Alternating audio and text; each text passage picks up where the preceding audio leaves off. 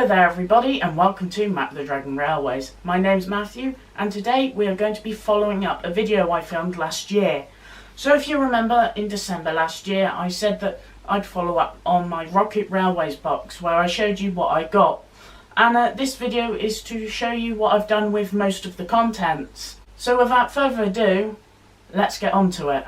So I'm going to start off very little and simple. The track pin is holding down a bit of track, it's doing its job. That's that. I got a good use for that, quite easy. I needed a track pin as I'm using these what Americans call thumbtacks at the moment, so you know that's very useful. I got a cow. It's now in the field with my other cows and yeah, it's helping join and build up that scene. You may know I have a canoe from the thing. I removed the stickers on it and actually glued it on top of the car that also came in the box, and I've parked that up by the cafe for now. I do quite like it in a way, it's quite quirky, so yeah, that can stay on there for now.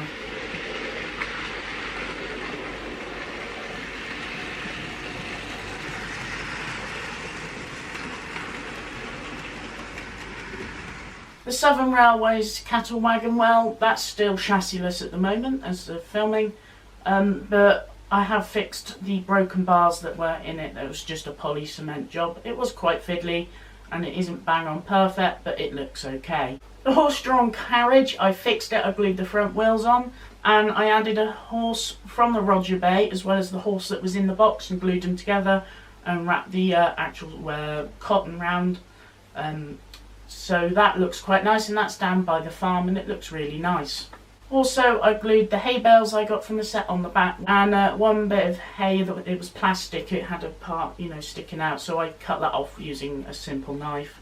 So you might remember I got a phone box. I got two actually, and with the first one I painted the inside black on the back wall like they actually are, and I glued the door on. It looks to me that they were Pico and that the doors would have been able to have opened, but it's alright glued shut. With the little metal cast couplings, I have actually painted them black, and I've stuck them to a Dapol wagon that I got that had no couplings that I picked up for something like £1.50 in a model shop. With the tractor that was missing a wheel, I extended the axle a little bit with a blob of solder and then glued a bit of brick sheet that was connected to a bit of plastic that was in something in the box, so it looks like the tractor's on bricks and out of use. With the people that I got, I snipped off their bases and they're now all scattered around Roger Bay, and yeah, they look quite nice. With the signal, I stripped all the old white paint on it and done a fairly rough job, if I'm honest, because I rushed it, but that's all overhauled now. It's not on any layout at the moment, it's just in storage,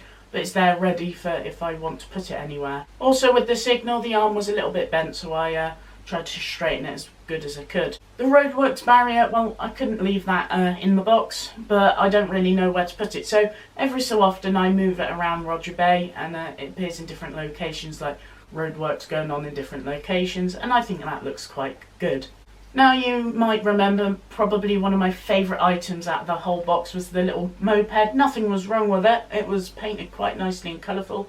I've stuck it down by the white fence in front of it, right where I film my reviews, and yeah, it was really good, and I've stuck one of the people down and I've affectionately called her Gladys. So yeah, Gladys and her moped. The cast minecart, well, I've painted it and it hasn't had anything else done to it. I painted the coal and then painted the rest of it grey. I do have the idea of potentially doing a Fred Dibner style tribute on the layout, and I thought maybe the minecart might fit in somewhere, I don't know where, but you know, he done a lot of programmes about mining and the industry. Now on to the biggest project probably is the open wagon, the trying one.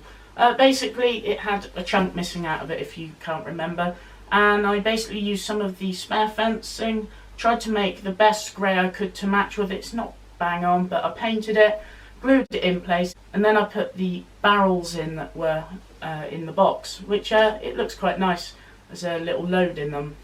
With a second telephone box, well, I gave it to someone else. As you know, the idea was to make it into one of these book things that are scattered around Britain now, and I gave it to someone who actually likes these book things and, you know, has a lot with them.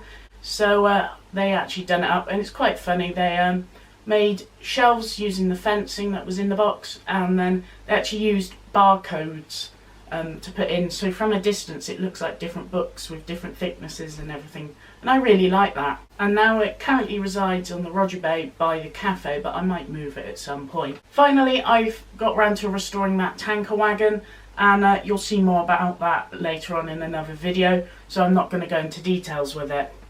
So thank you for watching this video. That's it for today. If you did enjoy it, please leave a like, comment down below what do you think of these projects, and please do consider subscribing to the channel, as it means a lot. Thanks everyone, and I'll see you next time. Cheerio for now.